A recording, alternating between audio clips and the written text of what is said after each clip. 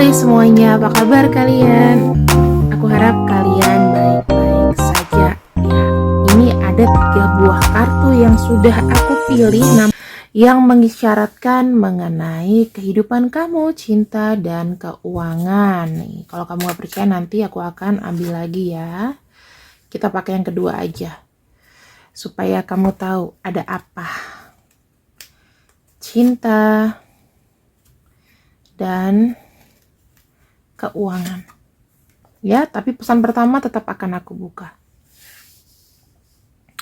Kita akan lihat di sini teman-teman. Kita lihat dari 3 hal yang memang kamu harus tahu, 3 hal yang kamu concern atau perhatikan di hidup kamu, dan niscaya kalau misal nasihat-nasihatnya memang kamu ikuti dari kehidupan, cinta, dan keuangan atau pekerjaan, nanti akan ada kesuksesan. Ya, walaupun kesuksesannya tidak duar sukses gitu, enggak ya. Kita akan lihat di sini mengenai kehidupan. Kamu tuh banyak sekali sebetulnya bakat. Dalam arti bakatnya itu yang bakat kamu itu yang mempertemukan kamu dengan sekeliling kamu, dengan orang-orang ya. Mungkin kamu di bidang kreatif, kamu bekerja dan bertemu banyak orang. Sering kali kita ini berbentrok sama orang namun kita tidak tunjukkan. Ya kan? Kadang-kadang kita ngomongin di belakang. Nah, ini mungkin banyak yang terjadi dalam kehidupan kamu. Nah, di saat-saat yang penting memang kita ini harus kayak poker face. Kita harus menggunakan topeng. Tapi menurut aku gini sih. Bagaimana kita itu bisa sebenarnya lebih baik kita tuh jujur tanpa harus pakai topeng, mau ke atasan, ke bawahan, ke teman rekan, tetapi kita menjadi apa adanya. Dengan cara apa? Dengan cara, kalau misalnya ada pergesekan atau sesuatu, sebaiknya tidak usah cari ribut dengan cara ngomong, tetapi cukup dengan gesture. Jadi misalnya ngomong seperlunya aja, ya kan, tanpa menyakiti. Kalau misalnya orang tuh nanti, kamu emang ada masalah apa sama aku, baru kamu ngomong, maaf ya, selama ini kayaknya kita ini emang kayak berbentrokan, tapi aku tuh pengen sebetulnya kita tuh ngeblend gitu, ya. Jadi jangan berada pada situasi yang sebenarnya kamu nggak suka, tapi kamu paksa-paksain suka. Itu nggak bagus. Mau kamu ketemu sama orang, mau kamu ke atasan, ke rekan kamu, ya, ke pasangan kamu, ke saudara kamu mungkin. Lepasin topeng itu pelan-pelan deh, gitu. Karena itu nggak nyaman buat kamu. Biasa kan, kalau misalnya kita punya topeng di sini, kita pakai topeng yang bener-bener mahal gitu. Misalnya kita nggak kelihatan kan sisi muka kita kayak apa. Gitu loh, jangan sampai kita dicap muka dua ya. Kalau bicara juga kamu harus lihat dengan siapa kamu curhat, karena hati-hati sekarang itu nggak ada yang bisa dipercaya ya. Kamu jangan terus hidup terlalu naif gitu loh teman-teman. Kamu harus bisa merasakan dulu nih ya, kamu berpijak pada tanah, ngerasain bahagia dan sedih dulu. Nah, kira-kira ada nggak yang hal-hal yang membuat kamu itu sebenarnya kamu nggak suka tapi kamu bahagiain? Coba mulai sekarang dikurang-kurangin ya, dikurang-kurangin. Bukan berarti kita tidak bisa pakai topeng, bukan berarti kita tidak bisa pakai poker face. Lihat situasinya. Lebih baik berjarak daripada kita pakai topeng. Itu kalau menurut aku, ya. Tidak perlu menjaga pencitraan atau apapun. Ibaratnya gini teman-teman. Aku mau kelihatan baik. Aku nggak pernah marah, misalnya gitu. Once aku kena darah tinggi, orang kaget. Once aku kena gula, orang kaget. Kenapa? Ya karena aku banyak mendem. Sebaiknya kalau ada apa-apa dikeluarkan aja, tapi dengan cara yang sopan. Atau kamu kalau mau nangis silahkan, nggak apa-apa. Take your time. Jangan terus-terusan membohongi diri sendiri, itu nggak bagus. Ya, intinya begitu. Yang kedua, secara alam bawah sadar, please, hidup itu sebetulnya bagaikan irama atau melodi. Kita ikutin aja melodinya, kadang enak ya, kadang melodinya fals, sumbang, udah itu udah jadi bagian dari part of melodi hidup kita. Jadi kalau aku bisa bilang ya, hidup itu kadang-kadang tidak bisa kamu kendalikan. Kemauan kamu nih, kamu tuh banyak banget yang egonya besar ya. Kalau kamu mau sesuatu, kamu harus mendapatkannya, kamu nggak mau sharing, kamu nggak mau dikalahkan, kamu selalu berkompetisi. Stop itu. Sebaiknya mengalir saja. Kenapa? Karena dengan mengalir, aku bisa melihat hidup kamu tuh akan lebih easy. Segala sesuatu yang kamu bilang ribet nih, ya, semacam kayak benang yang udah kusut. Kalau kamu lagi marah, kamu nggak akan bisa buka benang itu. Tapi kalau misalnya kamu lagi santai pikirannya, kamu bisa ulur pelan-pelan. Nah, saran aku di sini, kamu harus menyadari dulu bahwa tidak semua di dunia ini bisa kau miliki. Bahkan ketika kita sudah menghadap ke atas saja, kita punya permintaan pun belum tentu semuanya bisa dikabulkan. Maunya kita masuk surga gitu, tiba-tiba kita harus menjalani hukuman dulu karena kita punya salah atau punya apa, ya. Jadi jangan terlalu keras sama diri sendiri. Berpasrahlah, mengalir saja, ya, mengalir, ikutin aja arusnya, teman-teman. Hidup itu kita bicara mengenai proses. Kalau kamu di sini egonya sudah besar, ya, kompetisi, compete, membanding-bandingkan nasib orang dengan kamu, ya nggak akan ada habisnya. Kalau seandainya kamu sendiri juga tidak berpasrah, semesta tidak akan bekerja untuk kamu. Secara alam bawah sadar, kamu harus lakukan itu. Ya, kita bicara dari body dulu. Ini di atas body, ini alam bawah sadar. Yang harus kamu perlihatkan ke orang dan apa yang harus kamu perbaiki dari dalam.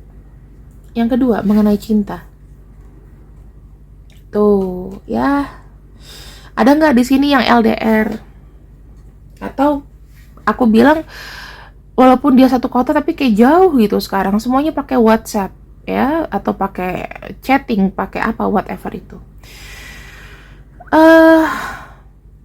Ada hal-hal yang kamu harus perhatikan ketika kamu jatuh cinta, apalagi kondisinya dia tidak bisa ketemu sama kamu setiap hari. Misalnya aku di Jakarta, dia di Tangerang, aku di Bogor, dia di Jakarta mungkin ya, atau LDR, atau mungkin sama-sama di Bogor tapi dianya kerja di Jakarta, atau sama-sama di Bogor tapi mungkin kamu jarang ketemu karena dia sangat sibuk. Senin sampai Jumat kerja di Jakarta, Sabtu Minggu malas ketemuan. Iya, ada yang kayak gitu. Gak usah kayak gitu sama tetangga depan aja, kadang-kadang kita gak ketemuan, ya kan, gak mau keluar, gak mau nunjukin muka. Sebenarnya apa sih yang membuat hubungan itu tetap baik? Mau dalam pernikahan, mau dalam pacaran, tunangan, TTM-an, komunikasi, ngobrol. Kesannya simpel kan? Kesannya simpel. Tetapi di sini pemahaman, bukan masalah kamu komunikasinya, tapi pemahaman kedua belah pihak dalam menerima dan menyikapi komunikasi di antara kalian itu gimana, gitu. Yang aku bisa highlight di sini adalah kecocokan seseorang adalah ketika kamu nyambung ngobrolnya, ketika kamu enak. Aku misalnya ngerasa udah enak nih, tetapi ada orang yang mungkin energinya low dari aku, lebih vibrasi lebih rendah daripada aku, cara bicaranya berantakan. Aku nggak nyambung, bisa. Misalnya, contohnya, aku kalau di bahasa Indonesia diajarkan bahwa kalau kita chatting, jangan menggunakan kata perintah, kalimat tanda seru. Tiba-tiba ada orang, ini sudah bayar ya, dengan tanda seru, dengan ini sudah bayar, tandanya senyum, misalnya gitu. Itu beda kan? Apalagi kalau di chatting. Gitu. Karena aku tuh sangat KBBI, teman-teman. Jadi, aku harap kamu juga ke pasangan kamu, sekiranya jangan semua diobrolin, karena gak semua orang itu mau dengerin ocehan kamu. Komunikasi yang penting-penting saja, chatting, terutama untuk chatting nih. Hanya, kalau aku pribadi ya, aku lebih seneng kayak gini. Hai pagi, what's up? I'm fine. Okay, see you later. Selesai. Aku gak mau komunikasi itu dari chatting berpanjang-panjang, berparagraf-paragraf. Kenapa? Karena di sini bisa menimbulkan keributan, kericuhan. Mendingan voice note. Aku mau ngomong, telepon dong. Nggak bisa. Ya udah voice notean aja, tapi balas ya. Gitu. Ngomong sama baca itu beda. Kamu pakai tanda seru sama kamu ngomong pasti beda. Jadi bagaimana bukan dari kalian ngomong, aku rasa kalian ngebacot sama pasangan hampir setiap hari. Kecuali kalau dia sudah ngeblok atau dia apa, ya. Nah, di sini yang mesti kamu gali dan kamu pelajari lagi bagaimana kamu tuh gesture ngomong. Mau kamu terpelajar, nggak terpelajar, tapi kamu harus wajib mempelajari cara bicara dengan orang lain dulu. Cara bicara ke diri sendiri, cara bicara ke pasangan, cara bicara ke orang yang lebih tua. Cara bicara misalnya kamu pembeli dan penjual. Semua tuh ada tata caranya. Jadi, bukan bagaimana cara kamu ngobrol, tapi bagaimana cara kamu itu tertata. Itu. Ngobrol aja mah gampang. Aku bisa ngomongin apa aja. Tapi kan penataannya itu loh. Itu yang suka jadi sensitif. Secara sikap keluar ya, apalagi kamu banyak menggunakan komunikasi dari WhatsApp, dari chattingan, dari whatever itu, you name it, harus jaga tata bahasa, jangan kebanyakan ngechatting. Kesannya kayak neror, no, nggak boleh. Apalagi kalau misalnya pasangan kamu di sini lagi capek dan kamu ngajak berantem tiap hari, pasti akan diputusin. Coba deh. Cara berbicara kepada seseorang, terutama nih teman-teman, kamu jangan salah apabila hari Sabtu dan Minggu itu justru hari sakral. Kalau aku sendiri nggak mau banyak ngomong di hari Sabtu dan Minggu, kenapa? Karena aku mau istirahat. Mau ngomong di hari Senin sampai Jumat di jam istirahat. Kalau pacar kamu bekerja, kecuali kalau pacar kamu pengangguran, nerorin kamu terus, cut off aja. Di sini kita akan lihat secara alam bawah sadar yang mesti kamu koreksi dalam diri, oke? Bisa nggak sih kamu tuh jadi diri sendiri? Kenapa kamu jadi diri sendiri itu penting? Kayak aku ya teman-teman, aku juga setiap ngaca kayaknya jelek. Aku selalu ngomong aku tuh jelek. Omongan orang ngomong misal enggak kok. Aku tidak mengindahkan itu. Aku selalu ngomong jelek. Itu yang makin membuat kita nggak percaya diri dan merasa tersaingi dengan yang lain. Tapi kalau misalnya kamu punya nilai, kamu punya value, aku terima apa, aku memang begini apa adanya. Mungkin gue bukan orang yang suka dandan, mungkin gue bukan orang yang centil, gue bukan orang yang punya body bagus. Tapi ketika aku percaya diri, coba kamu lihat, berapa banyak orang yang sukses karena percaya diri. Mau dia selebgram yang gede banget, ada tuh selebgram yang gede banget orang bule, tapi endorse-nya banyak banget. Kenapa orang nggak, kenapa sih kok orang udah gede begitu secara physically dia bisa dapat endorse? Percaya diri. Dan ini memang aku pun juga lagi kayak menanamkan kepercayaan diri itu. Ya. Di sini yang harus kamu tanamkan dalam diri kamu adalah apa? Terimalah kekurangan, kejelekan, ketidaksempurnaan dalam diri kamu. Cintai diri kamu apa adanya. Hindari dalam berpasangan cowok atau cewek yang suka ngeritik fisik. Putusin. Kecuali dia ngomongnya gini, misal kamu sudah overweight, dia ngomongnya gini ya, ini pengecualian.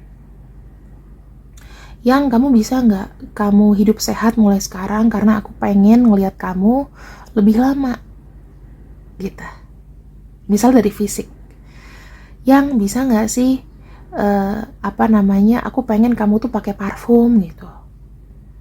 Karena maaf ya, aku jadi perwakilan karena mungkin banyak yang bilang kamu bau ketek. Kasihin dia batu tawas nih, pakai ya. Tapi aku nggak nyinggung kamu, cuman aku sebagai pasangan yang paling dekat sama kamu, aku menyampaikan hal ini dari mulut ke mulut. Misal dia bau mulut yang kayak aku, jujur, aku langsung ajak kita ini yuk sama-sama scaling yuk. bersihin karang gigi yuk, ntar aku yang bayarin, gak apa-apa deh. Aku juga mau cek gigi. Dari situ kan kita konsultasi. Iya yang, nanti takutnya mulut kamu bau, gini-gini kalau nggak scaling atau apa. Jadi harus dihindari apa ini. Nah, ajak ke dokter gigi. Gitu caranya teman-teman ya. Jadi bukan berarti kita tidak bisa mengkritik. Kita harus bagus dulu. Kita juga harus tunjukin sama dia kalau kita ini percaya diri, tapi kita juga terawat. Bukan berarti kamu jadi diri sendiri, kamu ketombean, nggak keramas gitu, bukan begitu ya. Kamu harus take care of yourself first. Ketika dia ngeliat kamu bersih, cakep, wangi, kepribadiannya tidak meledak-ledak ya, kamu orangnya santai, dan di sini aku bisa bilang kamu orangnya nerimo, ya udah sederhana aja, dia juga akan mikir kok. Nah, di sini aku lihat efeknya apa sih untuk kamu. Dia akan lebih menyayangi kamu, dan dia nggak butuh untuk kamu tuh menjadi orang lain, gitu. Tidak pernah meminta kamu untuk menjadi orang lain, hanya memperbaiki. Yang sudah jadi realnya itu kamu. Jadi aku hanya bisa bilang mulai menerima kekurangan dan kelebihan dari diri sendiri. Terakhir nih, mengenai pekerjaan. Ya, tuh teman-teman. Kamu tahu gak sih kalau kamu itu mungkin gak ngerasa capek. Kamu capeknya ngerasa kalau udah pulang, udah tidur baru capek. Tapi sebetulnya kamu terlalu keras sama dirimu sendiri. Ambisi, ego, aku pengen kaya, aku gak mau miskin, aku pengen beli ini, beli itu. Kadang-kadang kamu terlalu memaksakan diri. Akhirnya apa? Kamu stres, kamu sakit. Kamu punya pacar gak kamu jaga. Kamu malah fokus ke diri kamu sendiri, mengejar cita-cita. Kamu kan jadi orang yang dingin di sini. Percaya deh, tubuh itu sama kayak aku bekerja terlalu keras nih teman-teman. Sumpah, aku bekerja terlalu keras sampai pada akhirnya aku drop di rumah sakitin. Ya, aku bisa loh mikirin besok aku mau ngapain ya, buat planning. Itu terlalu overdosis gitu. Jadi menurut aku, kalau kita memiliki waktu tidur yang baik, apalagi kalau kamu yang udah di atas umur 25, perhatikan jam tidur. Harus istirahat. Materi itu tidak perlu dicari sebegitunya, karena Tuhan itu sudah memberikan porsi yang baik buat kita. Tuhan tahu yang terbaik. Misalnya kamu bekerja keras untuk mendapatkan satu posisi penting dan bergengsi. Jika Tuhan nggak ngasih itu, ya kamu mau apa? Ya, secara alam sadar, secara fisik, kamu harus perbaiki jam tidur kamu harus istirahat Sabtu dan Minggu. Kalau waktunya memang tidak bekerja, atau setengah hari, sisanya nggak usah mikirin pekerjaan. Jangan pernah menunda-nunda sesuatu supaya jam tidur kamu, pekerjaan kamu beres, dan kamu bisa istirahat. Ada quality time untuk dirimu sendiri. Karena kenapa? Ketika kita merecharge kembali tubuh kita, oksigen pun akan masuk, energi baik pun akan masuk. Sama kayak kamu tidur di hari Jumat, bangun di hari Sabtu siang, itu recharge kan? Apa? Pegel-pegelnya hilang, capeknya hilang, overthinkingnya hilang. Jadi kalau aku bisa bilang, kamu harus bisa merasakan, karena tubuhmu itu berhak untuk mengisi kembali energinya. Secara alam bawah sadar, kita masuk. Nah, masih dalam sesuatu pekerjaan yang kamu kerjakan saat ini, yang kamu tekuni, bahwa hasil dari pekerjaan tersebut, dari keinginan kamu, dari apa yang kamu sudah rintis, tidak perlu mencari kesempurnaan dari situ. Salah, benar, itu bagian dari pelajaran. Kalau kamu melakukan satu kesalahan, bukan berarti kamu jelek terus. Mungkin atasan akan kecewa, tetapi tidak akan berlama-lama. Bukan berarti kamu dicap, kamu tuh pasti tukang salah. Kesalahan itu menuntut kita untuk lebih bijak lagi menuju perubahan. Dan tentunya ada pengembangan diri di sana. Orang tidak perlu melihat kamu tuh sempurna, teman-teman.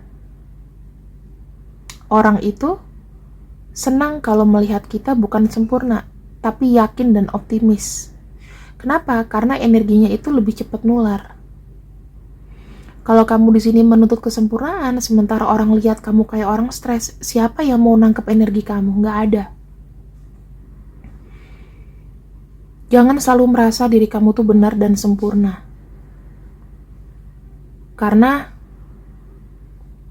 benar dan sempurna dalam diri itu suatu bentuk keserakahan yang menurut aku akan memenjara perkembangan diri kamu. Dan di sini kamu nggak bisa ngelihat mana yang baik dan yang benar. Jadi harus kontrol namanya energi, harus kontrol namanya ego, harus kontrol namanya keserakahan. Seberapa sukses kamu, apapun itu, dengan cara apapun, walaupun tidak amazing banget, tidak wow banget, tetaplah itu menjadi sebuah pencapaian.